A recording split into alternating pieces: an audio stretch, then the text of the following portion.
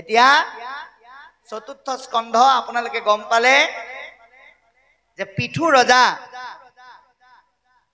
ইন্দ্ৰৰ প্ৰতি ৰুষ্ট হৈছিল যদিও সৃষ্টিকৰ্তা ব্ৰহ্মাৰ বুজনিত তেৰা সন্তুষ্ট হল, যাৰ কাৰণে ইন্দ্ৰই নিৰ্ভয় পালে।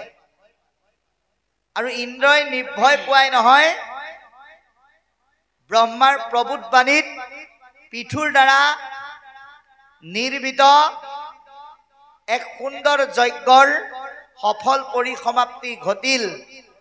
আৰু তাৰ অন্তত তেওঁ যথাবিহিতভাৱে সেই যজ্ঞস্থলীত যাক য'ত যেনেকৈ যি মতে দিব লাগে সেইমতে দান দি সন্তুষ্ট কৰিবলৈ যত্ন কৰিছে।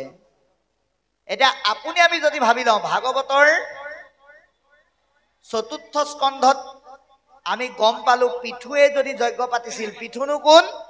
ভগৱানৰ 24 অৱতাৰৰ অন্যতম অৱতাৰী পুৰুষ। গতিকে 24 অৱতাৰৰ অৱতাৰী পুৰুষ হৈ যদি পিঠুৱে যজ্ঞ পাতিছে, আমি নাপাতিম কিয় বুলি আপোনালোকে যদি ভাবি লৈ সেই যজ্ঞযুক্ত যুগ ধৰ্ম নীতি অৱলম্বন কৰি তেনেধৰণে যজ্ঞ আহ্বান কৰে, তেতিয়াহ'লে কলি যুগত সেইটো যুগ বিপক্ষ নিয়ম হ'ব। আজি পিঠুৱে যজ্ঞ পাতি আপোনাক আমাক দুটা কথা শিকাই দিছে ভাগৱতৰ যোগেদি, যে হয় কলি যুগতো যজ্ঞ পাতিব লাগিব। কি যজ্ঞ? স্বয়ং এই ভগৱন্তই এতিয়া পিঠুৰ ৰূপত আহি যেনেকৈ যজ্ঞ কৰি দেখুৱাইছে, একেজন ভগৱন্তই কৃষ্ণ ৰূপে উদ্ধৱক ঘোষণা কৰিছে প্ৰকৃততে যজ্ঞ আমাৰ কি হ'ব লাগে। কি বুলি কৈছে? এৰা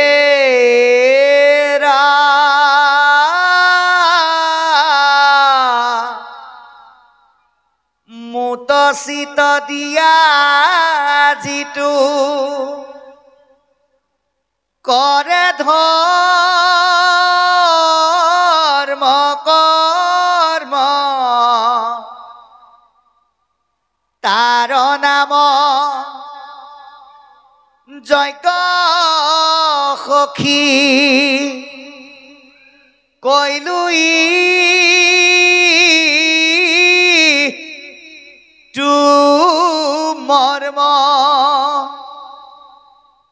আজি যে আপোনাৰ সমস্তই ভগৱন্তমুখী চিন্তাৰে এই 4টা দিনৰ কাৰ্যসূচীত ভকত সেৱা কৰিম বুলি যিটো কাৰ্যসূচী হাতত লৈছে, এয়াই প্ৰকৃত যজ্ঞ। আপুনি কলি যুগত কাৰোবাক দান দি কিন্তু সন্তুষ্ট কৰিব নোৱাৰে। আপুনি যদি ভাবে মই কাৰোবাক যিমান পাৰি মই ধুনীয়া ধুনীয়া কাপোৰ অলপ কিনি পেলাই সন্তুষ্ট কৰাম, তাতো কিন্তু কিবা নহয় কিবা এটা ত্ৰুটি থাকিবই। কাৰোবাক যদি আপুনি ভাবে খুৱাই সন্তুষ্ট কৰিম, তেওঁ ক'ব বোলে হ'লেও ইমান খোৱালে যদিও আমুকৰ ঘৰৰ নিচিনা খুৱাব পৰা নাই। গতিকে কলি যুগত আমি তেনেধৰণৰ দানযুক্ত কৰ্মৰে কাকো কেতিয়াও সন্তুষ্ট কৰিব নোৱাৰো। কলি যুগৰ শ্ৰেষ্ঠ দান কি? আজি আপোনালোকে প্ৰতি বছৰৰ দৰে এই বৰ্ষতো ভাগৱতৰ অনুষ্ঠান আয়োজন কৰি নিস্বাৰ্থভাৱে বিভিন্ন সন্ত সাধুক আমন্ত্ৰণ কৰি আনি এই দুৰ্ভাষ যন্ত্ৰৰ যোগেদি শব্দ ব্ৰহ্মৰ বিকাশ সাধন কৰি যি জ্ঞান দান দিয়াৰ ব্যৱস্থা কৰিছে, এয়া মহান দান।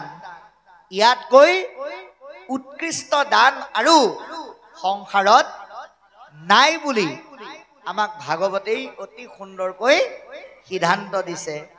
এই সিদ্ধান্তক আপুনি আমি প্ৰত্যেকজন ব্যক্তিয়ে মান্যতা কৰি আজি পাঠত দিয়া এই সুন্দৰ কথাখিনি পদবন্ধে শুনাৰ উপৰিও আমাৰ জ্ঞান আৰু বুদ্ধি অনুসাৰে একেলগে মত বিনিময় কৰিম, এই আশাৰে আমি পুনৰ আকৌ অকণমান পাঠলৈ আগবাঢ়িবৰ কাৰণে সেৱা জনাইছো। এয়া সুন্দৰকৈ কৈছে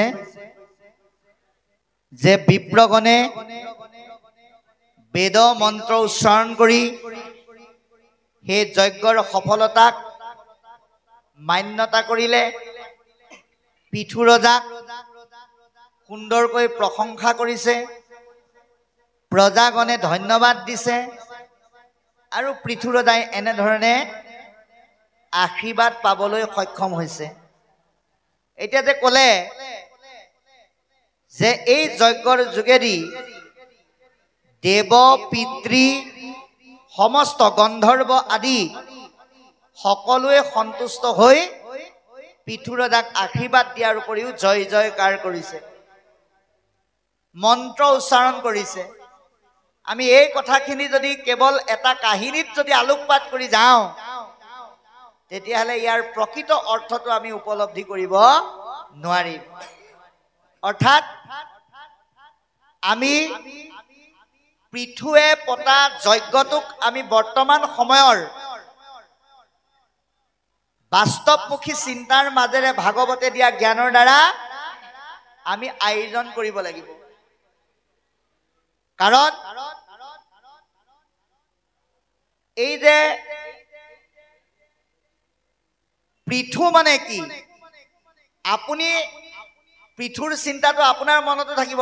পৃথু মানে হৈছে যি সমস্ত মানৱৰ কল্যাণকামী চিন্তাক পৰিপূৰক কৰি অন্য গতানুগতিক ৰজাতকৈ পৃথকভাৱে সকলোৱে ভাল পোৱাকৈ ৰাজ্য আৰু প্ৰজাক যি শাসন কৰে সেইজনেই পৃথু। অন্য গতানুগতিক ৰাজ্যৰ ৰজাবিলাকতকৈ এওঁৰ চিন্তাবিলাক যোগাত্মক আৰু পৃথক। এতিয়া এটা কথা আমি প্ৰত্যেকজন ব্যক্তিয়ে উপলব্ধি কৰিব লাগিব।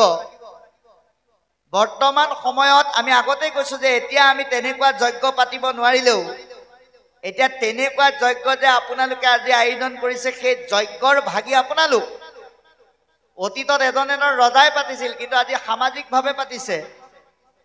আৰু এই যে বিপ্ৰসকলে যে মন্ত্ৰ উচ্চাৰণ কৰাৰ কথাটো ক'লে, এতিয়া কোনো বিপ্ৰই মন্ত্ৰ উচ্চাৰণ কৰিবলৈ নাহে। এতিয়া এই যজ্ঞত, এই নামযুক্ত যজ্ঞত মন্ত্ৰ উচ্চাৰণ কৰা বিপ্ৰসকল হ'ল আপোনালোক। আমাৰ দৰে একো নজনা পথৰ দাঁতিৰ দুবৰি সদৃশসকলক ৰাম নামৰ মন্ত্ৰৰ দ্বাৰা উৎসাহিত কৰিছে, আদৰণি সমিতিক উৎসাহিত কৰিছে। গতিকে ৰাম নামৰ মন্ত্ৰৰে পৰিপূৰ্ণ হৈ যি ভক্তিযুক্ত যজ্ঞত সৰ্বকল্যাণৰ কাৰণে কৃষ্ণক আহ্বান জনাই কলিযুগত বিপ্ৰ সেইসকলেই। গতিকে এনেহেন মহাসাধুৰ এষাৰ বাণীযুক্ত আশীৰ্বাদে কি কৰে, সৎজনৰ আশীৰ্বাদে মিলে কৃষ্ণৰ প্ৰসাদ। আজি আপোনালোকে নিজৰ নিজৰ ঘৰত পৰিয়ালৰ ইজনে সিজনক কৈছেনে নাই, বোলে ভাগৱতলৈ যোৱা দেই, নোযোৱাকে নাথাকিবা, তাত গৈ সেৱা এটা কৰিবা। ঘৰলৈ ভাগৱতৰ পৰা যদি কোনোবা ভকত আহে, মই নামঘৰত থাকিলেও তুমি সেৱা এটা কৰি কিন্তু বহিবলৈ দিবা। কেলে কৈছে, এখন ঘৰৰ এজন সদস্যই যদি দিনটোত যদি 10জন ভকতৰ যদি সেৱা লয়, 10জন ভকতে যদি 10টা আশীৰ্বাদ দিয়ে, তাৰ দ্বাৰা কৃষ্ণৰ প্ৰসাদ পোৱা যায়। আৰু সেই প্ৰসাদ আৰু পৃথুৱে বিপ্ৰসকলৰ দ্বাৰা পোৱা প্ৰসাদৰ মাজত কোনো পাৰ্থক্য নাথাকে। এই কথাটো আজি আমাক অতি সুন্দৰকৈ দেখুৱাই দিছে। গতিকে ভকতে ৰামকৃষ্ণ নামৰ মন্ত্ৰৰ দ্বাৰা সন্ত সাধু সেৱকসকলক সুন্দৰকৈ আশীৰ্বাদ প্ৰদান কৰে। সেইকাৰণে একাদশ স্কন্ধ ভাগৱতত কৈছে যে অন্য ধৰণৰ দেৱ দেৱতাই কৰা কৃপা আৰু ভকতে কৰা কৃপাৰ মাজত পাৰ্থক্য আছে। পাৰ্থক্যটো কি? এৰা মিলৈ সুখ দুখ দুই দেৱক পূজনে কেৱলে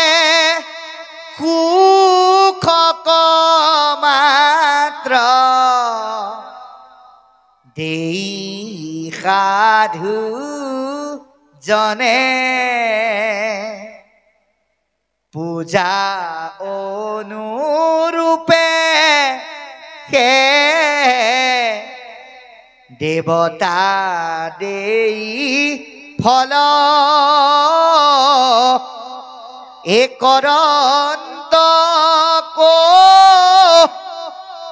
ৰুণা মাত্ৰ ভকত সকল যেনেকৈ পৃথুক বিপ্ৰসকলে কৃপা কৰিলে সন্ত সাধু মহন্ত বৈষ্ণৱ ভকত সকলেও আজি আপোনালোকে এই ভাগৱত ৰূপী এই 4 দিনীয়া সেৱামূলক যজ্ঞত যিসকলে নিজৰ বহুমূলীয়া সময় খৰচ কৰি নিজৰ শ্ৰম সময়ক আহুতি দিছে আপোনালোকক ভগৱন্ত ভকতে কি কৰিব আশীৰ্বাদ আৰু কৃপা প্ৰদান কৰিব এই আত্মিক তত্ত্ব আজি ভাগৱতে আমাক বুজায় এতিয়া উপদেশত আমাক ক'বলৈ যত্ন কৰিছে হে সভাৰ লোকসকল চোৱা 24 অৱতাৰৰ অৱতাৰী পুৰুষ পিঠু ৰজাই পতা যজ্ঞটো কিন্তু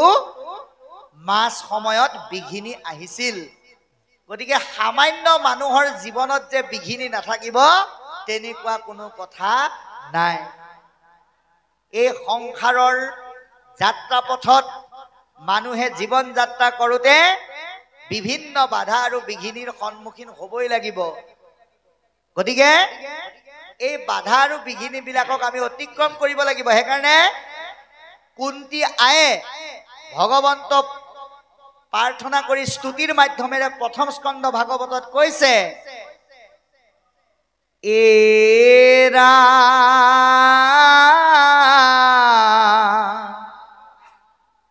যদি আখি নদী ক বিৰোধ কৰে যি তথাপি সাগৰে পৰে সেহি দে নদী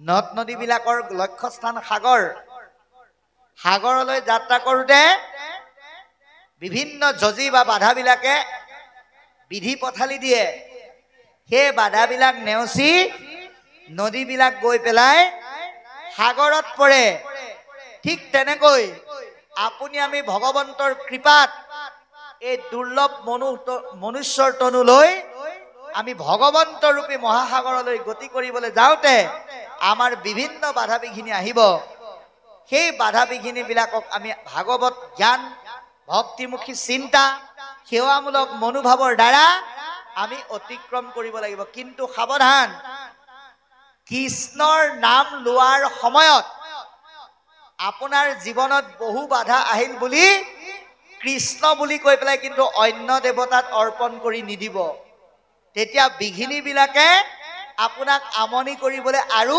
উৎসাহ পাব সেইকাৰণে প্ৰথম স্কন্ধ ভাগৱতত সিদ্ধান্ত দিছে এৰা কৃষ্ণ তয়ৰ পিয়াই আমি কৰো কৰ মজত তাতো নানা বিঘিনি আছে জানিলো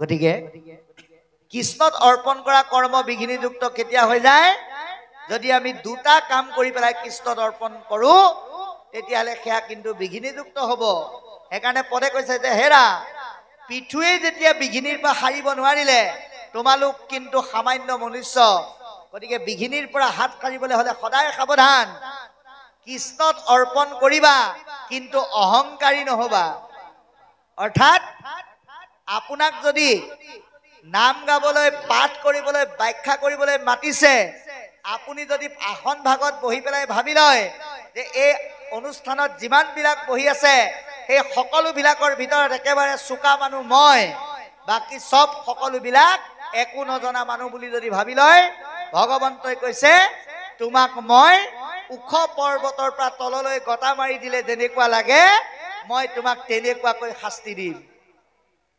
গতিকে আপুনি আসনত বহোতে নিজক ভাবিব লাগিব কি বুলি, ইয়াত বহি থকা সন্ত সাধু মহন্ত যিমানসকল আছে সকলো জ্ঞানী, কেৱল একো নজনা মূৰ্খ মানুহটোৱে মই। এই বুলি ভাবি আপুনি যদি কৰ্ম কৰে, ভগৱন্তই কৈছে যে মই তোমাক পৰৱৰ্তী সময়ত এই জীৱন যাত্ৰা কালত এনেকুৱাই কৃপা কৰিম, এনেকুৱাই সুখ দিম যিখিনি তুমি নিবিচৰাকৈ পাই যাবা। সেইকাৰণে আমি কেতিয়াও অহংকাৰক প্ৰশ্ৰয় দিব নালাগে। 2, আমি কৃষ্ণৰ নাম ল'বলৈ গৈ অন্য দেৱতাৰ কৰ্মত কিন্তু কৃষ্ণৰ নাম কেতিয়াও গাব নালাগে। কোনোবাই যদি শিৱ সৰস্বতী দুৰ্গা অনুষ্ঠান এটাত গৈ পেলাই ভগৱানৰ নাম গাইছে, তেতিয়াহ'লে কিন্তু কামত নাহিব। আপোনালোকক তাৰ বাস্তৱ প্ৰমাণ দিম।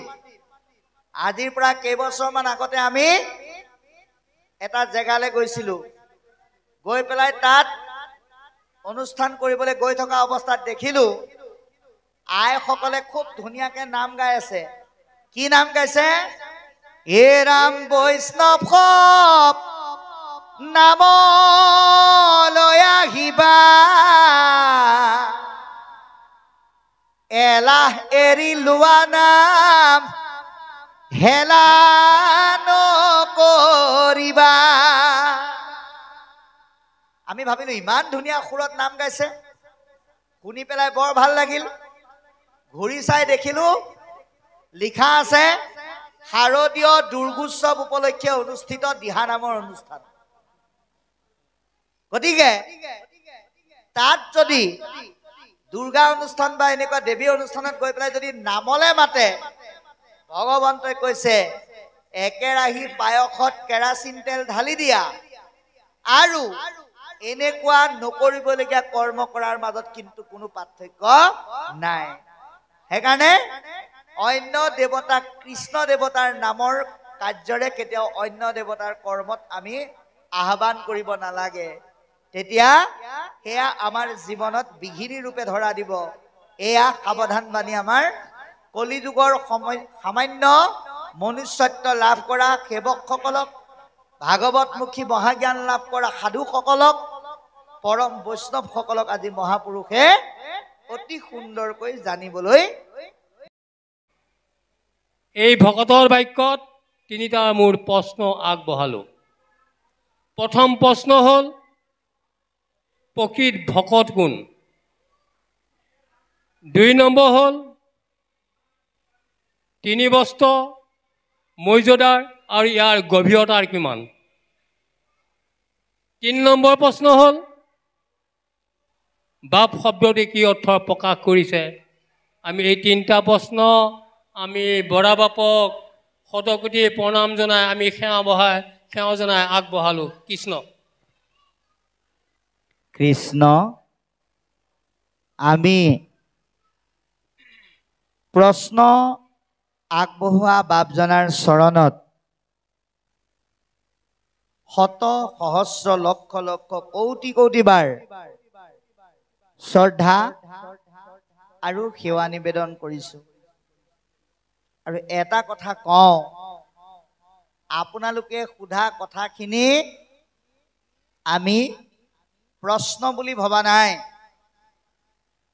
কাৰণ প্ৰশ্ন উত্তৰ দিব পৰা ধৃষ্টতা আমাৰ একেবাৰে নাই। মাত্ৰ জীৱনৰ 31টা বসন্ত পাৰ কৰিছোঁ।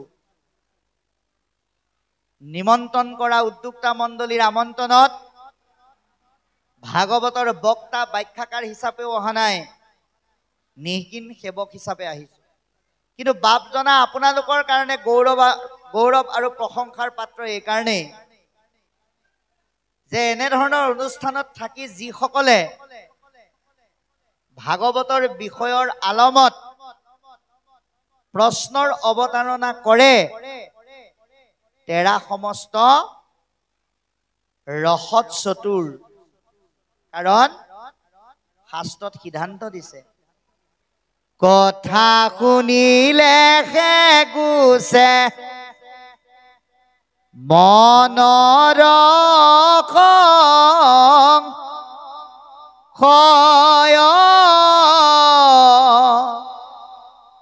কৃষ্ণৰ সেৱাত ৰতি তেবে সেবাৰ হয়।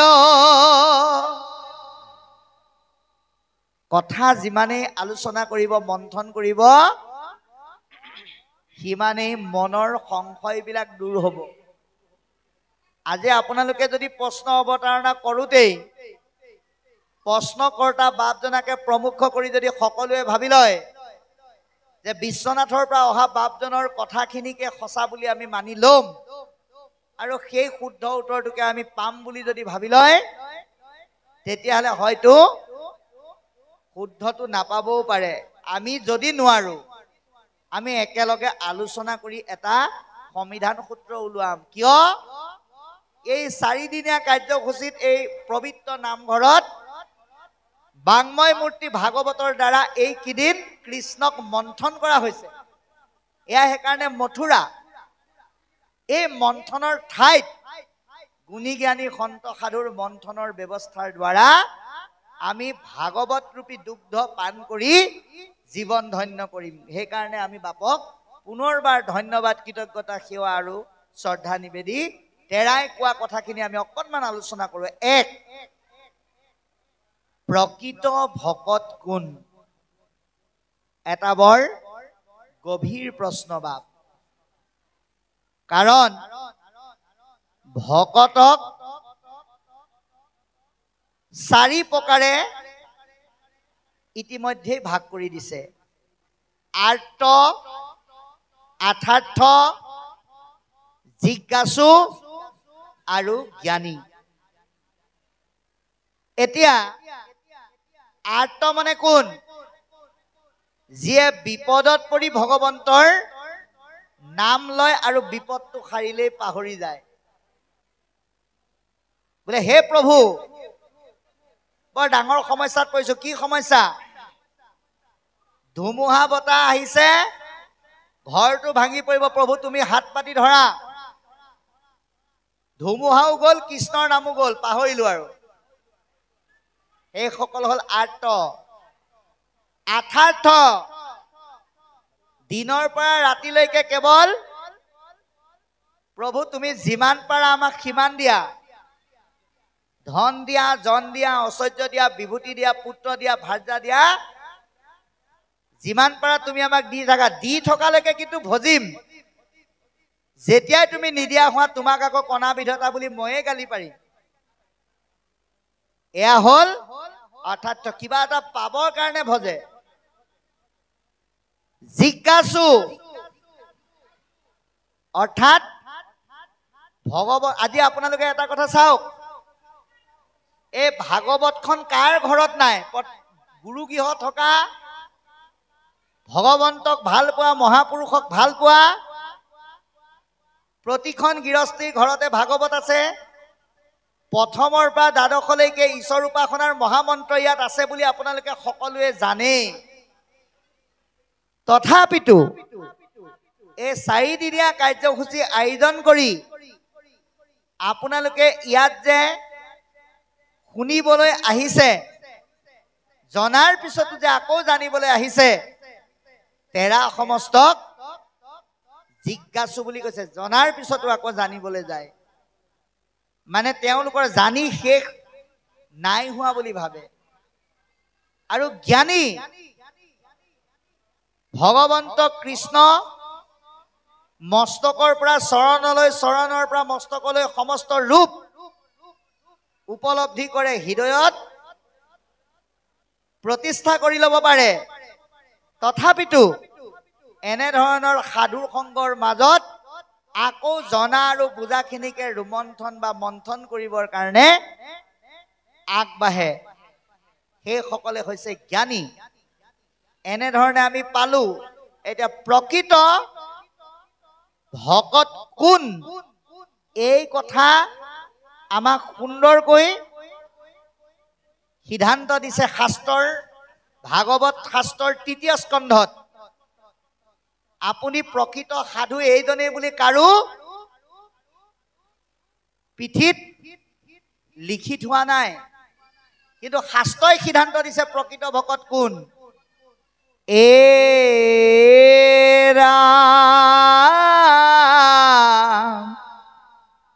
সৰ্বধৰ্ম এৰি যিটো মুকেশে ভজয় তাৰ নাম সাধু মাতৃ জানিবা নিশ্চয়। সমস্ত ধৰ্ম কৰ্মৰ কথা বতৰা ভাৱনা কাৰ্য চিন্তাক বাদ দি নিস্বাৰ্থভাৱে ঈশ্বৰৰ ভাৱনাৰ দ্বাৰা সদা সৰ্বদা বাংময় মূৰ্তি জ্ঞানৰ দ্বাৰা যিজনে নিস্বাৰ্থ আনন্দত প্ৰেমাস্পৃত হৈ থাকি কৃষ্ণৰ কৰ্তব্য কোনো ধৰণৰ আশা আৰু ফল আশা নকৰাকৈ মান্যতা কৰি তাক পালন কৰি যায়, জীৱনত যিমান বাধা বিঘিনি আহিলেও অইনফালে গতি নকৰে, বাধা বিঘিনিবিলাকো ভগৱন্তই দিয়া একো একোটা উপহাৰ, আনন্দখিনিও উপহাৰ, দুখখিনিও উপহাৰ, এনেধৰণৰ মান্যতাৰে কৃষ্ণ পৰম ব্ৰহ্ম ঈশ্বৰৰ ৰসক শ্ৰেষ্ঠ ৰস বুলি ভাবি যিজনে প্ৰকৃততে জীৱনত ভাগৱতমুখী ভক্তিযুক্ত কৰ্ম কৰি যায়, য'ত আশা নাথাকে, য'ত কোনো স্বাৰ্থ নাথাকে, য'ত পঞ্চ প্ৰকাৰৰ মুক্তিকো কামনা নকৰাকে যিজনে ভগৱন্তক ভজি যায়, সেইজনকেই প্ৰকৃত ভকত বুলি কৈছে, যাৰ কোনো মুক্তিৰ প্ৰতিও কামনা নাই। যদি কামনাযুক্ত হৈ যায় যে প্ৰভু মোক অন্য নিদিলেও অন্তত তুমি মোক তোমাৰ চৰণলৈ যাত্ৰা কৰিবৰ কাৰণে এটা মুক্তি দিয়া, এনেকে যদিও আশা কৰে, সেইজনো কিন্তু প্ৰকৃত ভকত হ'ব নোৱাৰে। প্ৰকৃত ভকতৰ কি থাকিব নালাগিব, সমূলাংশে আশাক জলাঞ্জলি দিব পাৰিব লাগিব। যেনেকৈ আপোনাৰ দেহটোত জড় দেহ এটাক, জীৱহীন দেহ এটাক চিকুটি থাকিলে যেনেকৈ দুখ নাপায়, সেই সমস্ত চিন্তাৰ আত্মাকাৰ ভাৱনাযুক্ত ভকতজনে জীৱাত্মা বিবেকৰ মাজত দেহে উপলব্ধি কৰিব পৰা সংবেদনবিলাককো অনুভৱ নকৰি সম্পূৰ্ণৰূপে যিজন আত্মাকাৰ হৈ যাব পাৰে, সেইজনে হৈছে প্ৰকৃত ভকত কৃষ্ণ। 2 বাপ জনাই কৈছে যে 3 বস্তৰ যথাৰ্থতা বা গভীৰতা। আজি আপোনালোকে এটা কথা চাওক, আমি উপলব্ধি কৰিব লাগিব এই কথাটো যে মনত ভগৱন্তমুখী ভাৱনা আহিব লাগিব। সেই ভাৱনাখিনি আহিবৰ কাৰণে এই কথাখিনি বাপজনাই অৱতাৰণা কৰাটো বৰ ভাল হৈছে। এখন আমি বাস্তৱমুখী দৃষ্টিভংগীৰে কৈছো, এখন স্কুলত ছাত্ৰ ছাত্ৰীক একে ধৰণৰ ইউনিফৰ্ম পিন্ধি আহিবৰ কাৰণে বিদ্যালয়ৰ পৰা আহ্বান কৰে। কেলে কৰে বাৰু? যদি একে ধৰণৰ ইউনিফৰ্ম নিদিলেহেঁতেন ইজনৰ মাজত সিজনৰ অকণমান দুখ আৰু সুখৰ তাৰতম্য থাকিলহেঁতেন। কোনোবাই ৰঙা পিন্ধিলেহেঁতেন, কোনোবাই নীলা পিন্ধিলেহেঁতেন, কোনোবাই দামী পিন্ধিলেহেঁতেন, কোনোবাই কম দামী পিন্ধিলেহেঁতেন। ইজনে সিজনক ক'লেহেঁতেন, চা মই তোতকৈ দামী কাপোৰ পিন্ধি আহিছোঁ। সেই কথাটোকে শুনি কম দামী কাপোৰ পিন্ধি থকাজনৰ মনত দুখ লাগিলহেঁতেন। মাক দেউতাকক ক'লেগেহেঁতেন যে আমুকে ইমান ধুনীয়া দামী কাপোৰ পিন্ধি গৈছে, মোক তোমালোকে কম দামী কাপোৰ দিছা, মই কাইলৈৰ পৰা স্কুললৈ নাযাওঁ। কিন্তু এখন স্কুলত কি কৰিছে যে ধনী দুখীয়া উচ্চ নিচ ক'লা বগা কোনো কথা নাই, সকলোৱে কিন্তু একে ধৰণৰে কাপোৰ পিন্ধি যাব লাগিব য'ত কোনো ভিন্নতা নাথাকিব। আৰু আপোনালোকে এটা কথা চাওক, এই তিনি বস্ত্ৰ সুন্দৰ শুভ্ৰ অৰ্থাৎ বগা বৰ্ণৰ এই বস্ত্ৰত কি নাই? জাকত জিলিকা, জিকমিকাই থকা, চমক খুৱাই থকা কোনো ধৰণৰ ব্যৱস্থা নাই। যেনেকৈ এখন স্কুলত একেধৰণৰ ইউনিফৰ্ম পিন্ধাৰ লগে লগে তেওঁলোকৰ মনত সম্প্ৰীতি, ভাতৃত্ববোধ, বন্ধুত্ব গঢ় লয়, ঠিক তেনেকৈ মহাপুৰুষ কৃপালু গুৰুজনাই যাতে এই ভকতীয়া সমাজখনৰ সাধুসকলৰ মাজত কোনো ভিন্নতা নাহে, দুই এই বগা ৰঙৰ সুন্দৰ বস্ত্ৰ পিন্ধিলে মানুহৰ মনত কোনো ধৰণৰ জকমকাই থকা, জিলিকি থকা, ইজনতকৈ সিজন বেছিকৈ বাঢ়ি যোৱা, ইজনতকৈ সিজনে কম ভাৱনা লৈ আছে বুলি ভবা, সেই ভিন্নতাটো নাথাকি এক ঈশ্বৰৰ চিন্তাৰে সততা আৰু শান্তিযুক্তভাৱে যে আত্মাকাৰ ভাৱনাক উপলব্ধি কৰিব পাৰিব, সেই চিন্তাক প্ৰতিপন্ন কৰিবৰ কাৰণে এই সুন্দৰ শান্তিযুক্ত সাত্বিক বস্ত্ৰ আমাৰ মাজত সুন্দৰকৈ মহাপুৰুষে তুলি ধৰিছে, শাস্ত্ৰই আমাক তুলি ধৰিছে। আৰু এই বস্ত্ৰ যেতিয়া আমি পিন্ধিম, এই বস্ত্ৰই আমাৰ মনত কি আনি দিব? ভক্তিৰ ভাৱ আনি দিব। কাৰণ প্ৰমাণ চাব, যদি সোণৰ মুকুটটো পিন্ধাৰ লগে লগে ৰজা পৰীক্ষিতৰ গাত কলি লগাটো সঁচা কথা হয়, তেনেহলে এই চেলেং চুৰীয়া গামোচা আমি দেহত পৰিধান কৰাৰ লগে লগে এই সুন্দৰ বগা বস্ত্ৰই আমাৰ মনত ভগৱন্তৰ সঠিক ভক্তিযুক্ত ভাৱৰ কেলেই সৃষ্টি নকৰিব? সোণৰ কলিৰ মলিনতাই ৰজাক যদি বুদ্ধিভ্ৰষ্ট কৰিব পাৰে, তেনেহলে এই সুন্দৰ বস্ত্ৰই আমাক ভকতীয়া সমাজৰ মাধ্যমেৰে ভক্তিৰ ভাৱত যাত্ৰা কৰিব পৰা উন্নীত পথ যাতে আনি দিব পাৰে, তাৰ কাৰণে এই বস্ত্ৰ আমাক তুলি ধৰিলে। ইয়াক ভিন্নতা নোহোৱাকৈ পৰিধান কৰিব পৰা এটা সুন্দৰ ব্যৱস্থা গ্ৰহণ কৰাৰ কাৰণটো হ'ল মানুহৰ মনত যাতে কোনো উচ্চ নিচ, ক'লা বগা, হীন পৰ ভাৱনাটো নাহি এক কৃষ্ণৰ চিন্তাত যাতে মনটো বান্ধ খাব পাৰে, তাৰ কাৰণে এই বস্ত্ৰৰ ব্যৱস্থা কৰা হৈছে। তিনি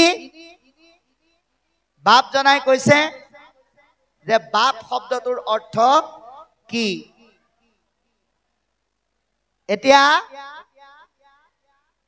মহাপুৰুষ আপোনালোক গৌৰৱান্বিত, অসমৰ দুখন জিলা বিশেষভাৱে গৌৰৱান্বিত, লখিমপুৰ জিলাৰ নাৰায়ণপুৰ, য'ত মাধৱ মহাপুৰুষৰ জন্ম, আৰু আপোনালোক নগাঁও জিলা গৌৰৱান্বিত, আপোনালোকৰ সমীপতে মোৰ কৃপালু গুৰু বৈকুণ্ঠৰ পৰা নাম নমায়না জাতিৰ জনক, বিশ্বৰ শ্ৰেষ্ঠ মহাপুৰুষ কৃপালু শ্ৰীমন্ত শংকৰদেৱ গুৰুজনাৰ জন্ম। এনেহেন স্থানত ভকতে কৰা প্ৰশ্নৰ উত্তৰ দিবলৈ যোৱা আৰু টিপচি হৈ গৰুণ্ডৰ লগত উৰা মাৰিবলৈ যোৱা একে কথা। তথাপিতো আমি বাপ জনাই সোধা ৩ নম্বৰ কথাটোৰ অন্তৰালত ক'ব বিচাৰিছো যে মহাপুৰুষ গুৰুজনাই মাধৱ মহাপুৰুষক বাপ বুলি সম্বোধন কৰিছিল। তৃতীয় স্কন্ধ ভাগৱতত স্বয়ং মাতৃ দেৱাহতীয়ে কপিল প্ৰভুক বাপ বুলি সম্বোধন কৰিছে। কি বুলি কৈছে? এৰা